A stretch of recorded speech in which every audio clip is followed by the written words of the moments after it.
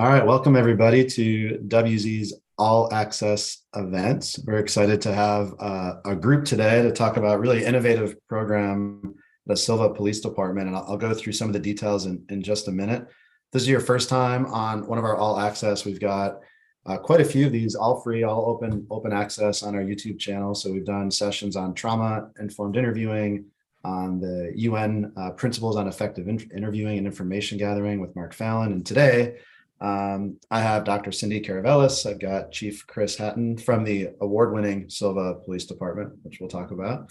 And I also have the Community Care Coordinator, Galadriel Lavier, also at Sylva Police Department. And I'm going to pass it off to these experts in just a minute, but give a little background to kind of this connection and what we're going to talk about today. I had the opportunity to meet Cindy. We were both presenting at, I think it was the Academy Criminal Justice Science Conference. And I had the opportunity to present on some of WZ's interviewing skills and legislative movement as we work with the academic community. And Cindy was presenting on how the academic community is working with law enforcement and specifically highlighted all the great work they're doing at Sylva Police Department, specifically to this community care program. And I'm going to pass it to Cindy in just a second, but some of the issues. So I think the easiest way to talk about the solution is to just talk about some of the obstacles that exist in the community.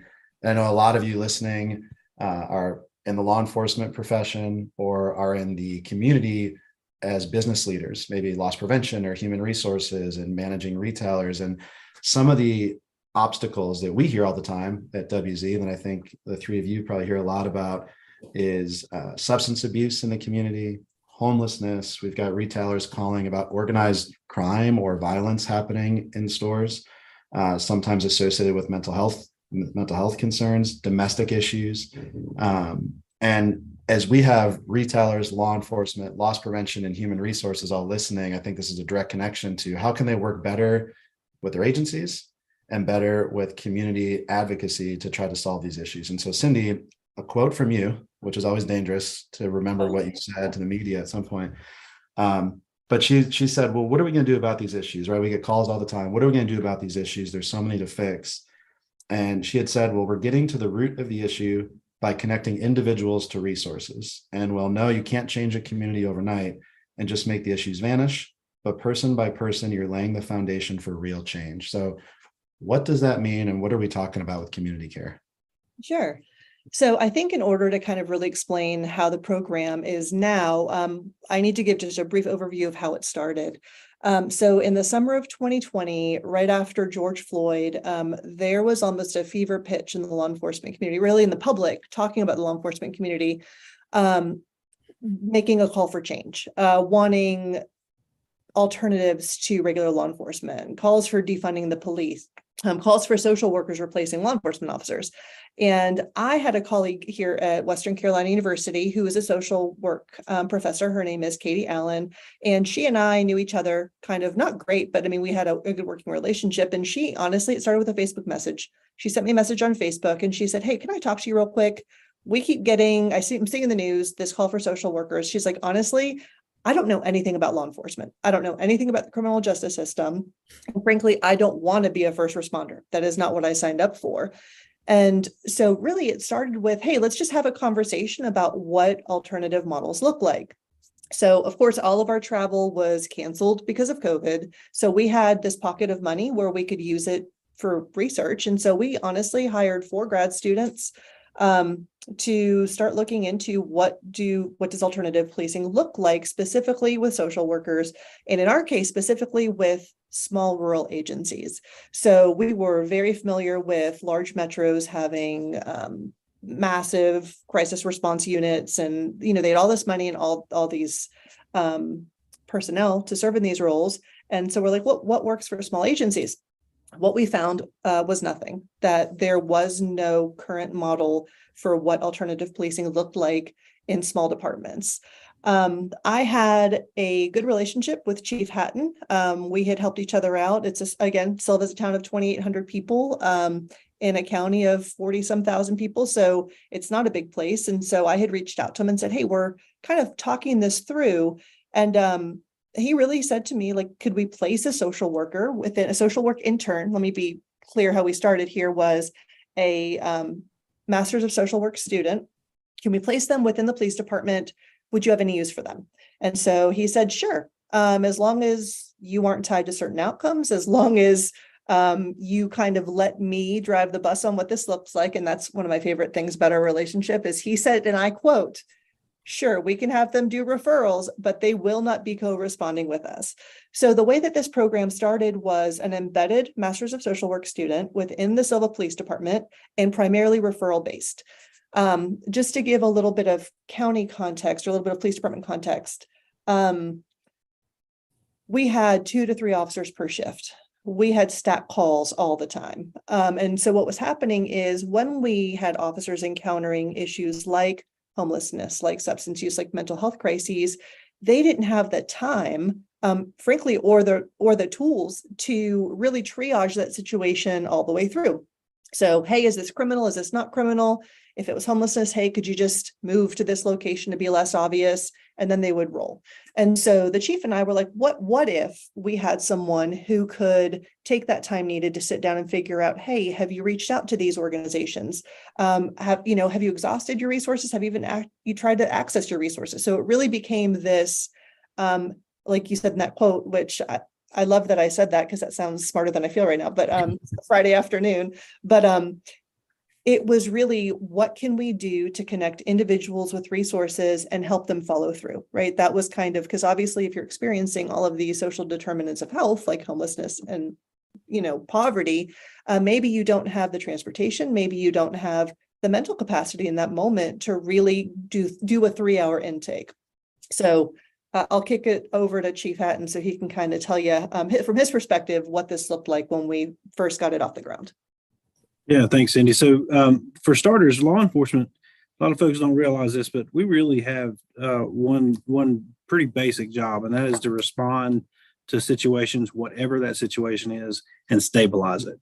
The society wants very much in the last few years has tried to add onto that it's our job to find out the root causes of people's problems and if somebody's an alcoholic or not, but the truth is that's not our job. Our job is to respond and stabilize. And so what makes this program work is that it adds that prevention piece to the end of that. So it's not something that law enforcement has the tools to fix. We need the community to come in and fix those problems and to identify if it's, say it's alcoholism, we need somebody to identify that. Then we need the meetings and all the stuff that they need to go to. So that's what that's why this program works so well, is because we're adding on to the end of that respond and stabilize. Now we're adding a prevention piece to it. So we have, just like every town and city, we have increasing, we've got the housing crisis. So our housing here is just unacceptable. Addiction problems with folks, homelessness is going up. They got the opioid epidemic. You've got mental health system, which is awful. And so all of that lands at the police. It lands right at our doorstep, and about every day, and sometimes every call. There are some days every call we go on has one of those problems I just listed. That's what we're dealing with. And let me say, all those things that I just deal with, we don't have any tools to fix any of that.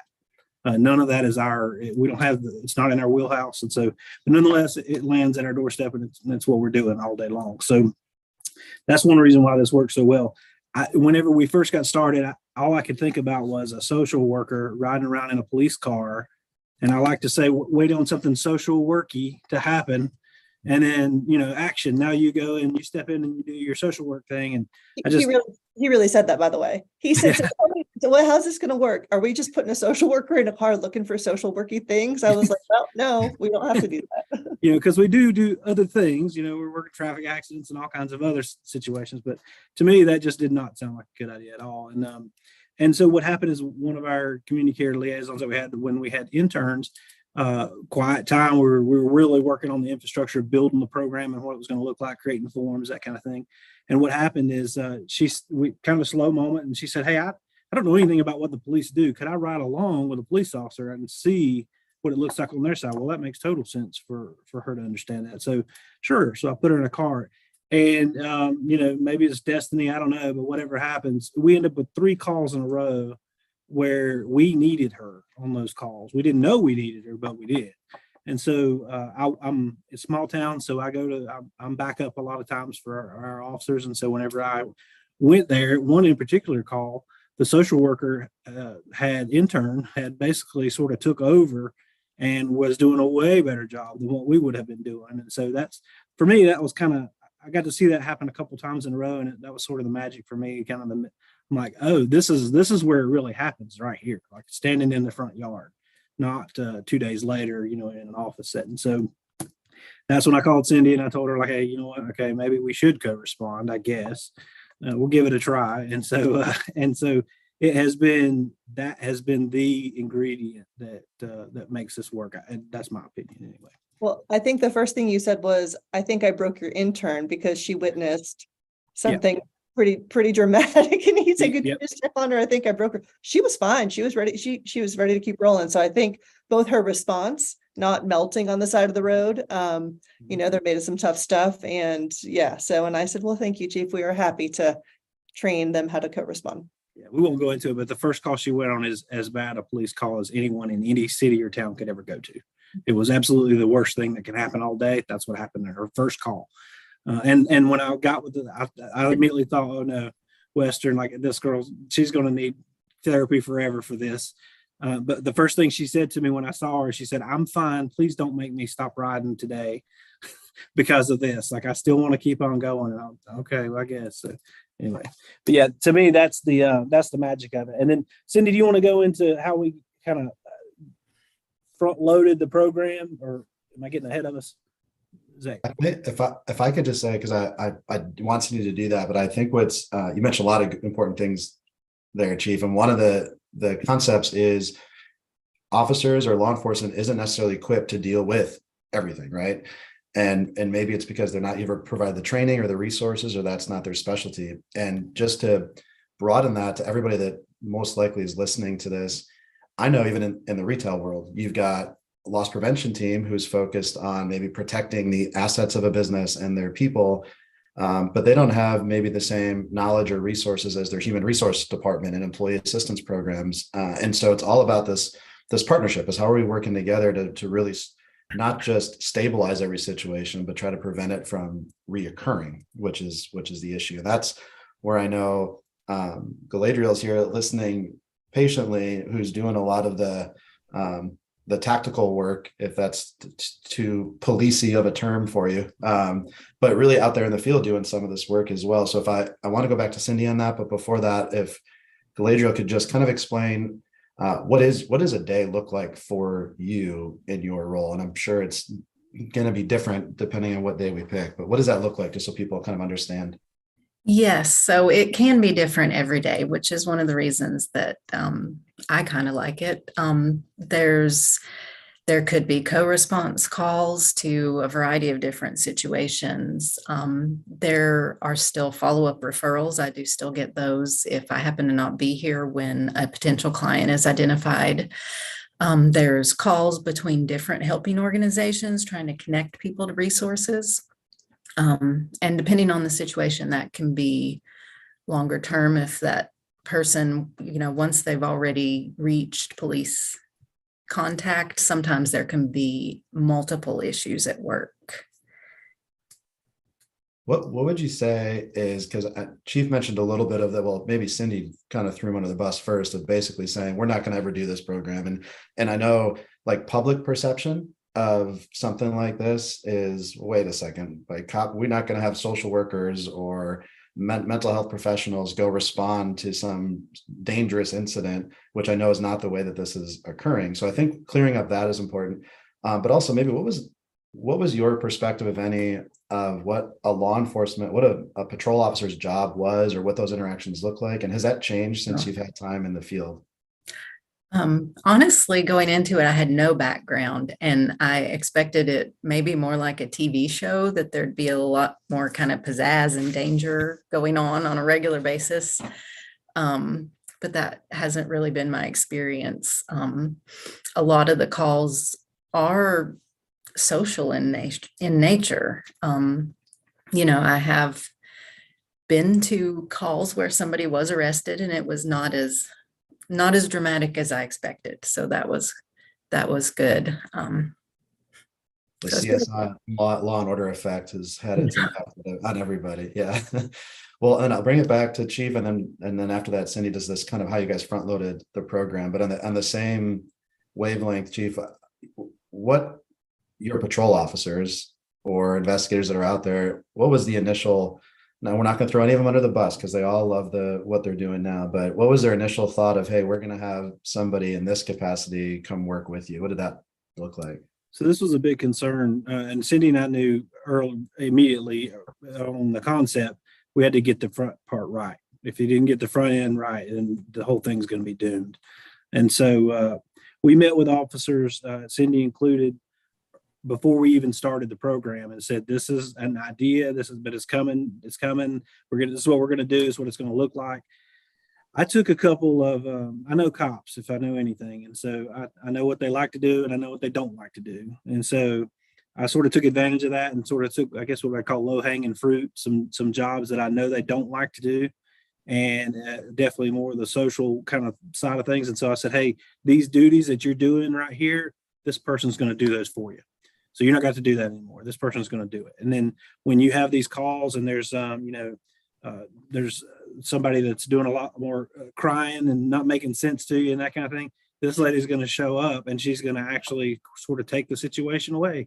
She'll just handle it and go with it. And you can just go back to, doing police stuff and it's all going to, you don't have to say that too many times and cops are listening to you. And then whenever it actually really happened, that's whenever we got real buy-in, because they're like, oh, so I have this, situation, like say a young girl who's crying her eyes out and telling me things that make me uncomfortable to even listen to.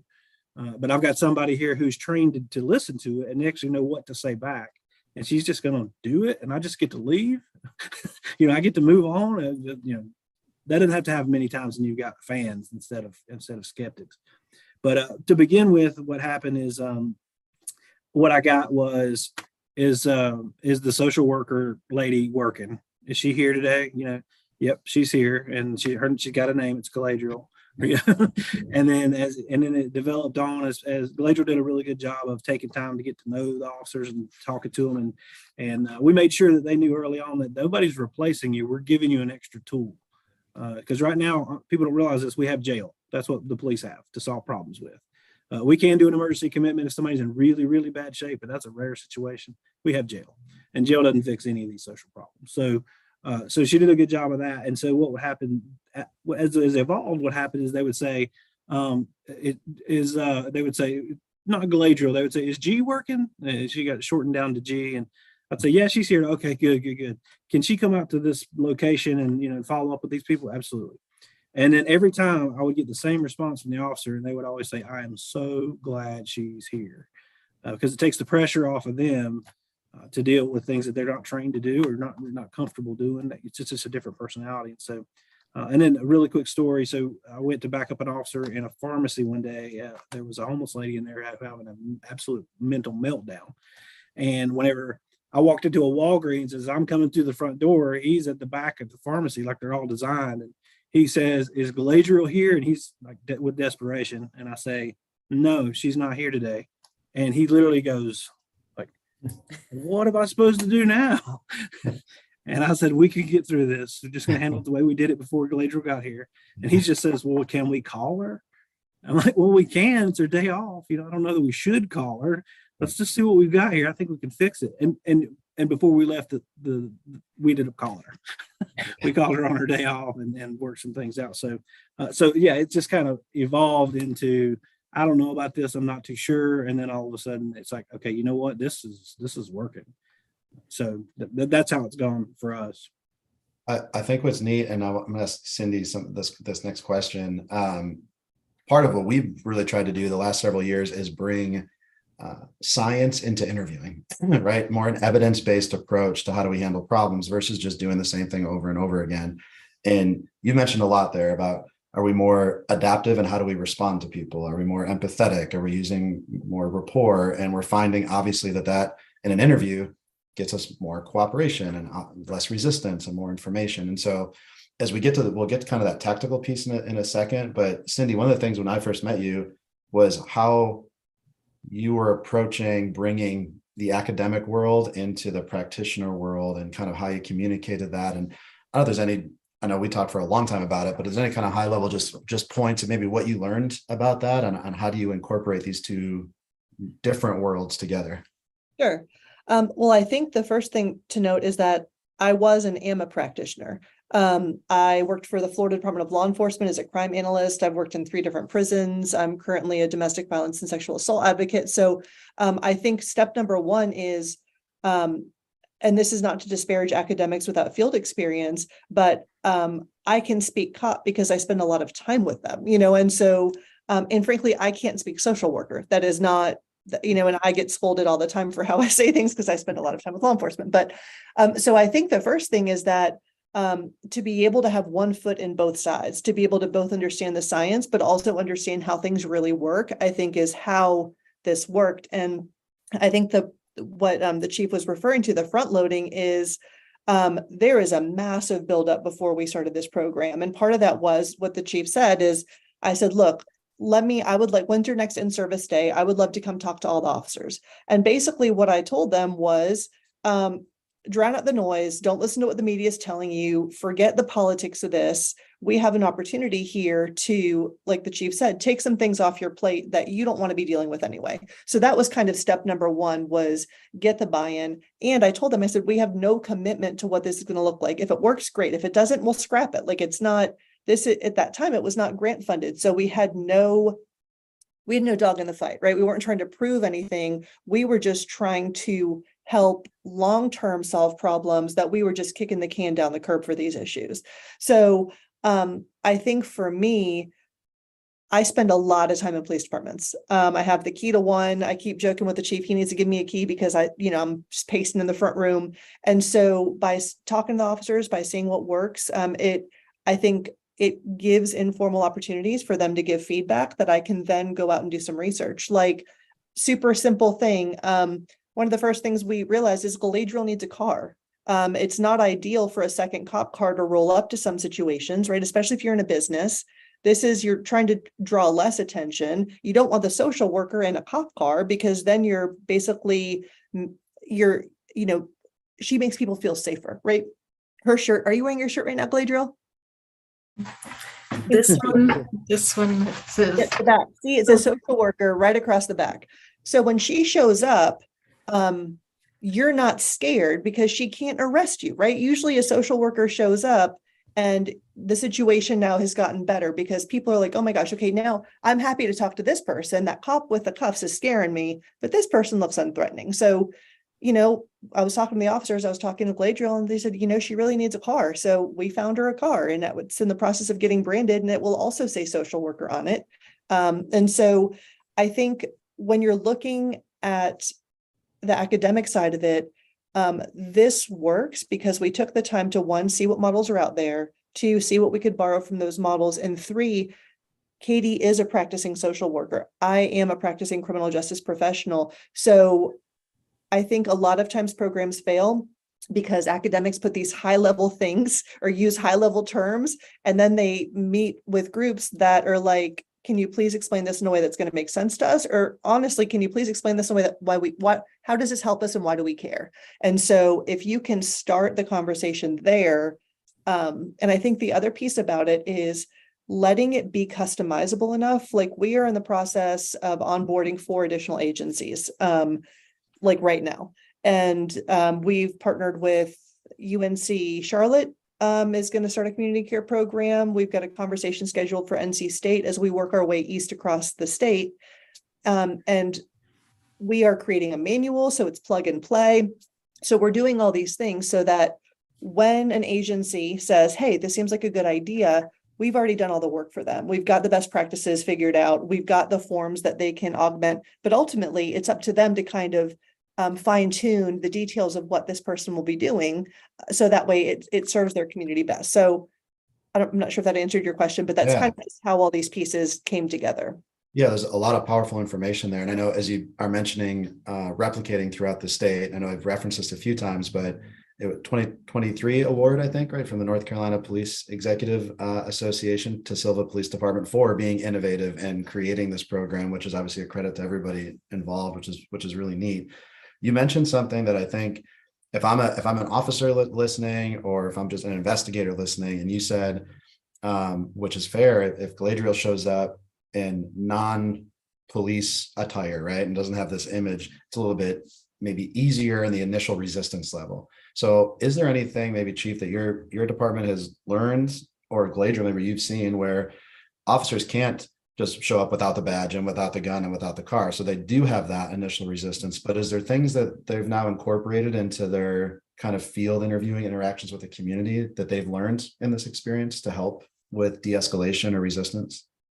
Yeah, so I think one big part of that, what you're describing, is just the fact that they know there is another tool. So if you show up to the scene and all you have is jail, that's all you have. I mean, not that we don't handle almost all situations without jail, but that's the tool. That's the one thing we have. And so, but with Galadriel now, they know that I can approach this person. I don't have to be the authoritarian. I can approach this person from a place of caring and say, hey, listen, you're not doing so good today. You know, like, we deal with you 2 or 3 times in a week, and today is not your day. And so you're not doing well. And so here's what I'd like to do. I'd like to get you set up with our social worker. She's actually on the way right now. We would like to get you talking with her, and let's see if we can't get you on a better road than what you're on right now. So for folks who deal with the police daily or weekly, that's brand new. I promise you, that's something they haven't heard before. What they usually hear is, you got to move, put your stuff in your bag. You got to, a shopping cart, whatever you have got to, you can't stay here. You got to leave. And if you don't leave, then you end up in jail. So it's just, so I think just the officer is allowed now to have a totally different mentality of, I have a tool where I can help this person. And so that's, I mean, now you're coming into a situation, you're approaching it with now just not just one tool, you have multiple tools now. And when Galadriel shows up, it's not just her. She's got the community resources.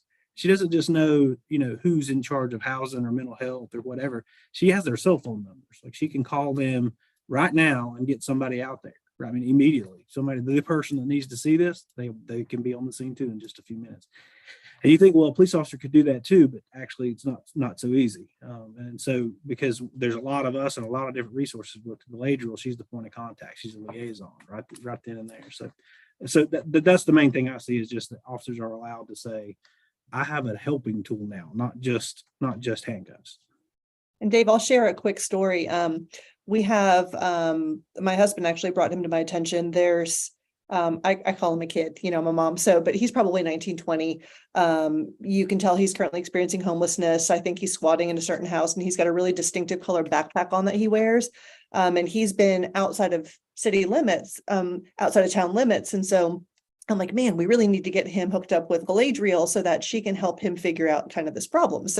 Or figure out, what resources he has available to him. Well, I saw him one day walking in the town of Sylva, and I called the chief, which I think I call him more than any other person with policey things, chief. But I called him and I said, hey, do you have a free officer right now? Because the kid I was telling you about's in town. I want to get a referral to Galadriel. And so the fact that I call the cops not to get someone in trouble, but I call the cops to get them on the community care radar, I think is, and that the officer responding would know that's the purpose. Like, hey, your job is to get this person's information so that we can get him in touch with someone who can help them. And so I didn't even think of it in that way till after the fact. And I was telling my students, and they're like, you just call the cops on someone so that they could approach him so you could help him, and not because. I'm like, yeah, because can you imagine if like some random lady pulls over and I'm like, hey, this is a weird question, but I've seen you around town and I want to connect you to resources. That's not that approach. They'd be skeptical, but with an officer, at least they're in an official capacity, right? So at least they have the ability in the uniform to have a reason to approach somebody, and they're not out to get this kid in trouble. They're out to connect them with the resources that we have. So I think, at least in the town of Sylva, it's really changed the way that we are thinking about. And if there's someone new to town who is homeless and they're not on our radar yet, we will make sure they are on our radar, and not, again, to ostracize them, but just to say, okay, can we triage this? Can we place them in housing? Can we get them to resources? How can we permanently help this person so it doesn't become someone that officers deal with or business owners deal with 3, 4, 5 times a week, right? So that's kind of our plan, is to, again, cut the issues off where they're starting, as opposed to just continuing to respond to something, but not really doing anything about it.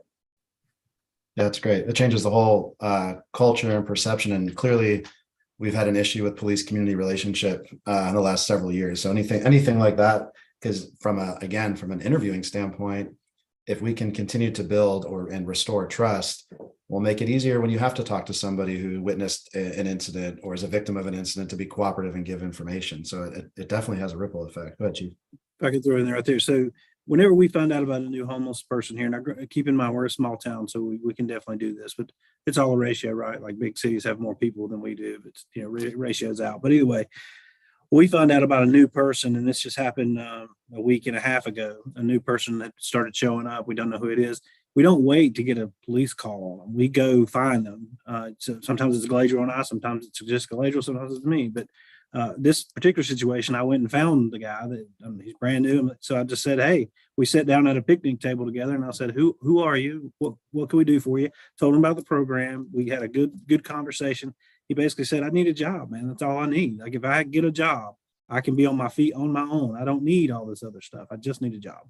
And so, that's our first contact with the police department with that person. So that changes every future contact we're ever going to have with that person. Because we're able to, they remember the police department as, oh, that's the guy that sat down with me at the picnic table and talked to me like I was, like I'm a human, and said it some other way.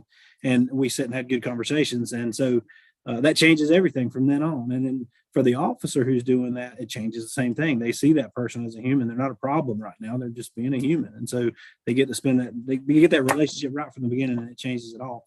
An interesting scenario, just to finish that story, that particular guy, a community member from here found out about him. We told everybody about him, trying to help him get a job. A community member, business owner, found out about him, got him a job. And so he starts work, I think, like this week, and then they bought him some clothes. They're working on buying him some clothes and that kind of thing. So this guy's going to be on his feet in no time. And honestly, it all kind of comes from taking that initiative to sit down with him and talk to him. So, what can we do for you?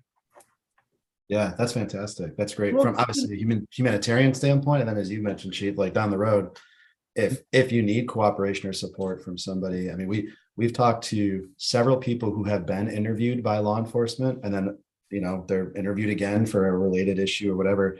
But that initial incident was so negative that they're now resistant. They don't want to cooperate, and then it causes these issues we have in some jurisdictions where can't get any information from anybody. And it starts with maybe a first contact that's completely non-criminal in nature. Go ahead, Cindy. I was going to say, I'll share that we measure success differently than I think most programs would measure it. If the first time we stop someone and talk to them, the response is F you, and the second time they say, yeah, I'll take that card, that's success, right? We have made progress from someone who's like, get the hell out of my face, to someone who's like, sure, I'll have this conversation with you. Galadriel sometimes will spend 6 months working with someone before they say, you know what, maybe I will talk to someone about housing, or you know what. So this is a long game. I mean, that the example that the chief just gave, we love when it happens quickly like that. And sometimes you have people that have access. We have arranged access for medical care. We have arranged transportation, and they're declining all of it. And there's not a damn thing we can do about it. So you definitely don't win them all. But I think what you said, Dave, is so right. Because I teach a policing class, and I ask my students all the time, tell me about your first law enforcement encounter. I remember my first law enforcement encounter, and it was when I was 16 years old, and it literally set the tone for my expectations for how I will be interacted with. And so it is so powerful to have a positive encounter, because it really does change the likelihood that you might talk to them again, or the likelihood that if they ask you questions, you'll answer, versus stonewalling them. So I just wanted to make sure people didn't think that we were like, this is not the land of unicorns and rainbows. We for sure have lots of failures too. It's frankly, any success that we have is massive, because it's truly, we have some folks that, I think we totaled up one time I think we had truly, an officer had dealt with someone every single day for a year, right? Every single day. Like, you have 5 times a week, someone on some shift is interacting with this person. So if you think of efficiency and resources, what a drain on resources. So even just getting that one person connected to resources and off of police radar really massively changes the game for how we can spend our officer time. Yeah, and I want to get to that in a second. Yeah, perfect. Galadriel, whatever you have to say here is I want to hear, and I'm curious about if you've seen a different interaction from some of the officers you've worked with throughout your time, if they're maybe incorporating some of what Chief mentioned of this rapport and empathy and just their interactions, if you've observed that at all. Yeah.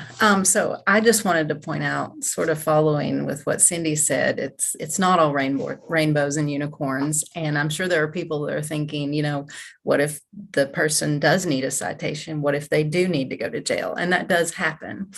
But I have had successes with, a local business has a shoplifter, and aside from the citation, they also get me there, and I'm offering resources. Are you getting enough food? Do you know about these community resources? How can we work around that to get you some help so this doesn't happen in the future? So there's not recurring theft.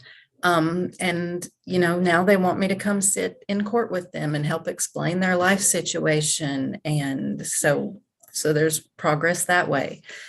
Somebody arrested for substance use, they might still be arrested, but I can offer them some resources for rehab when they're available. And I've seen success that way. So officer change, I do think there's it decreases the stress when the officers feel like they can offer more than a citation or more than arrest. They can offer something to this human being. And I've seen officers, yeah, they like doing that. They like being able to offer solutions. And so, yeah. Right. Yeah, I think, and as the chief mentioned earlier, right, the more tools available to support the community versus having to respond every day. I mean, it's the same as your shoplifter example. I know a lot of retailers out there that we work with. You've got organized retail crime, which some of this is separate from what we're talking about. Is you've got some high level criminal activity, but then you also have some shoplifting, maybe petty shoplifting, where you're dealing with some of these types of mental health issues or just support issues. And retailers are equally probably aggravated as law enforcement, I would imagine, of calling every day for the same shoplifter for the same case, and then that has this ripple effect. I'm sure, to my next question, Chief, is the resources that law enforcement have are not limitless. And then that turns into what's the district attorney or prosecutor say about all these same cases where there's no real end result and they just stop charging cases. And so I guess my question to that is to the chief, what have you seen from an effectiveness, or efficiency is probably a better word, of officers' use of time and types of cases versus responding to the same type of situation daily? So one thing I should say is that our homeless folks here, they're honestly not committing very much crime at all. And the crimes that we would attribute to them are trespassing or littering, or just things that very, very minor things. And honestly, they're symptoms of somebody experiencing homelessness more than actual, I think I'm going to commit a crime right now, so I'm going to do this. Not something for their advantage. They're looking for somewhere to get out of the rain to sleep, or or they can't carry everything with them, so they leave something laying, that kind of thing. So we're not spending. It's almost all the calls that we're getting in that genre right there is really non-criminal issues, and so that gets frustrating for a police officer to go. They know when they get the call, the suspicious person, that's what it looks like, or a removed person call because there's somebody somewhere that somebody didn't want them to be. And so they know when they're driving there, here I go again. I'm headed to go basically really do no good in the world for anybody. I'm going to show up. I'm going to say, hey, you're not supposed to be here. Move on. You got to go. And then that person goes, where am I supposed to go? Well, I don't know, but you can't stay here. Just the property owner doesn't want you here. And by the way, clean this up. You left this laying here, pick it up. That kind of thing. Not fun for anybody. And it gets really frustrating. This one thing that this program really does is nobody else that I have found has a plan for a lot of this. And so the community care, if nothing else, is a plan. It's something. But it just turns out that it's quite successful and it works out really, really well. But even if it was half as successful as it is, at least it's something other than just nothing. And so a huge benefit is we get a lot of our time back. We have people who we were getting police calls on them. Galadriel was able to get them situated. We've got people who are housed now. We've got lots of those. We've got people who are in maybe facilities where they needed to be to get the care that they needed. We've got some people who have moved on to wherever it is they were going. We have a lot of transient people coming through, but so it's hard to measure though of how much time we got back because we don't know because we're not spending that time on it now. But it is definitely, we know for sure it's a lot to say that because you got all those people that aren't here now. We're not getting those calls, and when somebody, especially if they've got mental health issues, we can get 5 calls in sometimes in an hour, literally from business to business to business to business. Wherever they go after you tell them they need to leave, we get another call on them again. And it's not a crime to be homeless. I wish I could have T-shirts made and hand them out free to people, but it's not. That's not a crime. You can, but people think it is. And so, anyway, the answer is it's a ton of time back for sure. It's just something that's really, really hard to measure.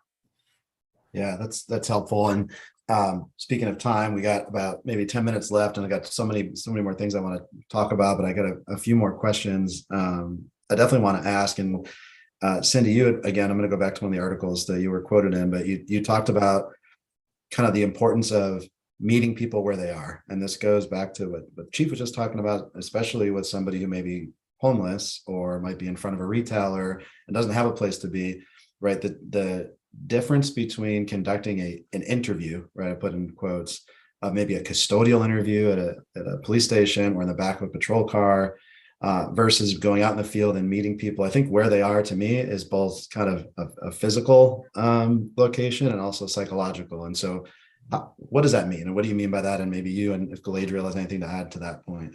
Sure. One of my pet peeves is that we are constantly talking about epidemics, right? The homelessness epidemic, the opioid epidemic. But if you think about what that really means, that just means a lot of people are experiencing it. And so we're talking around people, we're kind of in the abstract talking about all these homeless people. But at the end of the day, that's just person to person, right? It's just a lot of people who are experiencing this. And one of the things that was really important to us was, like you said, to physically meet them where they are. And so from day one, when Galadriel was co-responding, if you're sitting on the curb, she'll be sitting on the curb. If you're laying in the grass, she will come down to your level. And started, and she can definitely speak to this, at the most basic level. Are you okay? Like, what do you need right now? Like, what is the first thing we can do to kind of open up this conversation? Because if you start by telling them what they need, or if you start by telling them what you want, you've effectively shut down their ability to offer their perspective on what's going on here. And so community care in terms of interviewing really starts from the perspective of, hey, share a little bit with me about kind of where you are and what's going on with you so that we can see if we can't be able to help you there. So Galadriel, if you want to share a little bit about what that looks like in practice. Yeah, I mean, you find when the police are called, automatically the individual, it feels like this big thing. I mean, the police are here. So I think there's something to be said for just sitting and talking with somebody and seeing, what's going on right now? What can we do to help right now? And then talk through those, well, how did you get here? How did this? So it's almost like investigation conversation, but you have to deal with the now to kind of calm the situation and make that connection so that they feel comfortable with you. Well, perfect tie-in, because that's as I'm listening, and Cindy, you said kind of what if you enter the conversation, what do you want? You're going to have this resistance, right? And I think the direct translation to our space is an investigative interview or the interrogation, right? Is if a detective walks in that conversation with the presumption of guilt or confession seeking, right, which are both problematic, you're going to immediately have resistance from somebody because you go in with your goal and what you want. Where this other approach, which is a lot of what we've been focused on, is rapport, empathy. What's a person's kind of current state of mind? You might be interviewing them about crime X, but they just had a bad day about something else, and that's what's causing resistance. So just to me, that helps kind of highlight the importance of why rapport and empathy are so important to information gathering, which it seems kind of is what you were saying.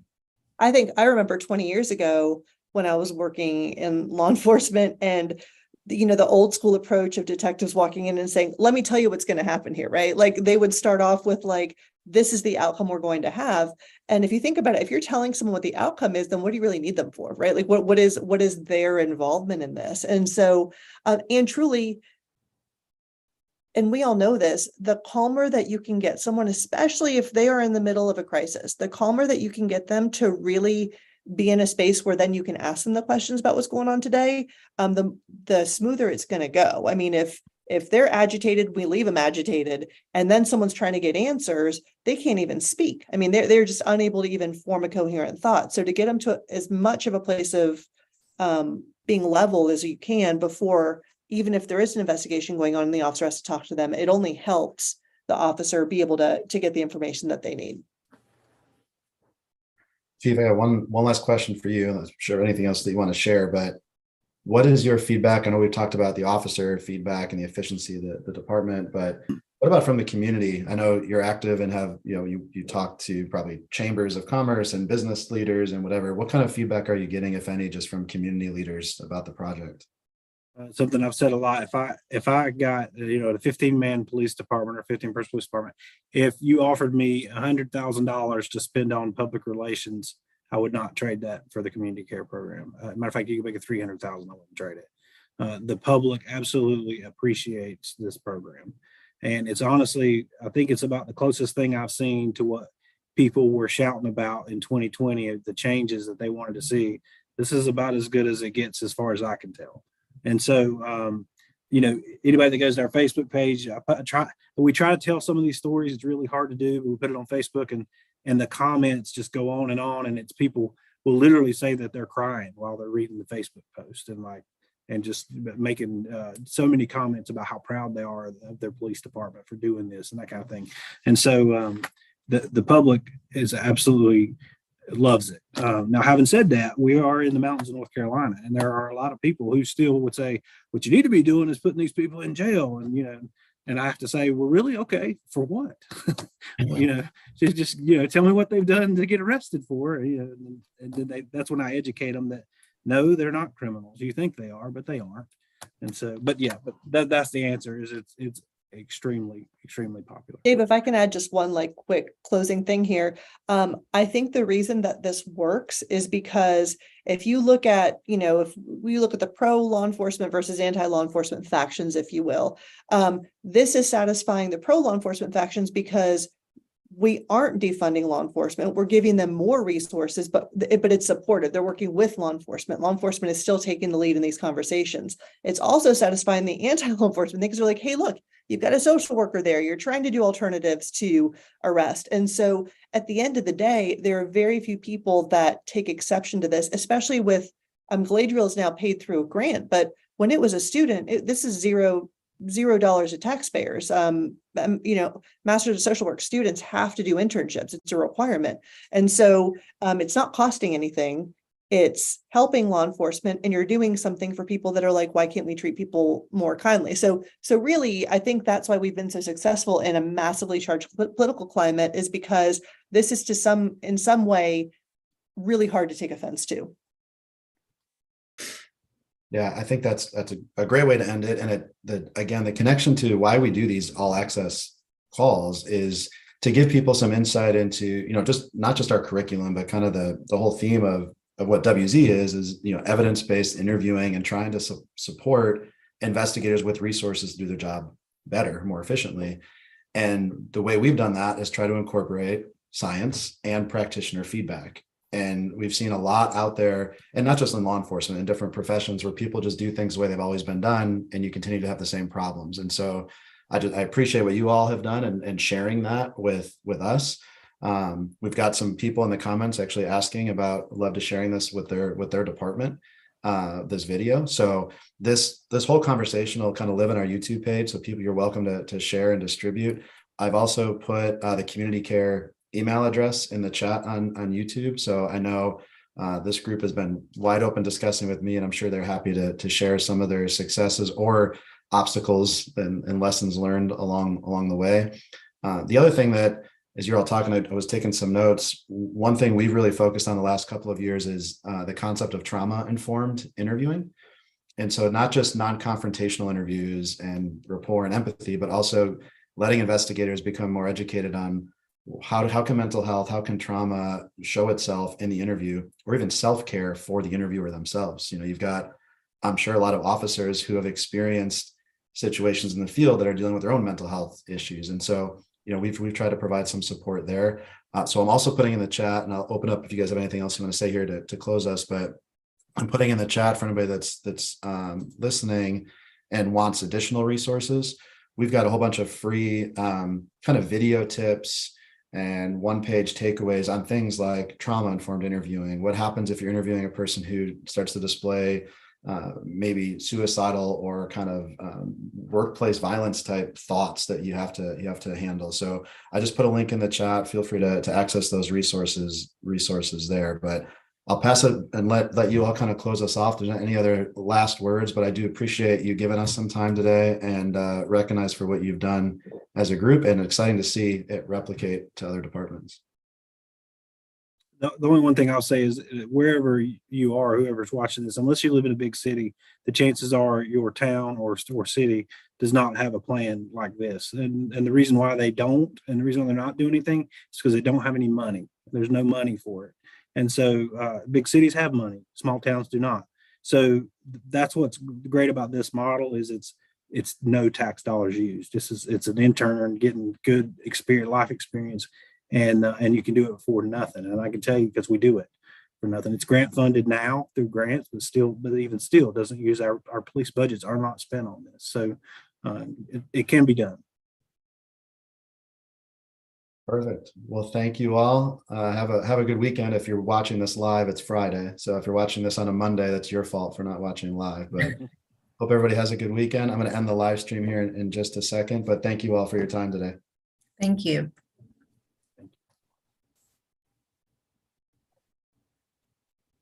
Right. Let me see.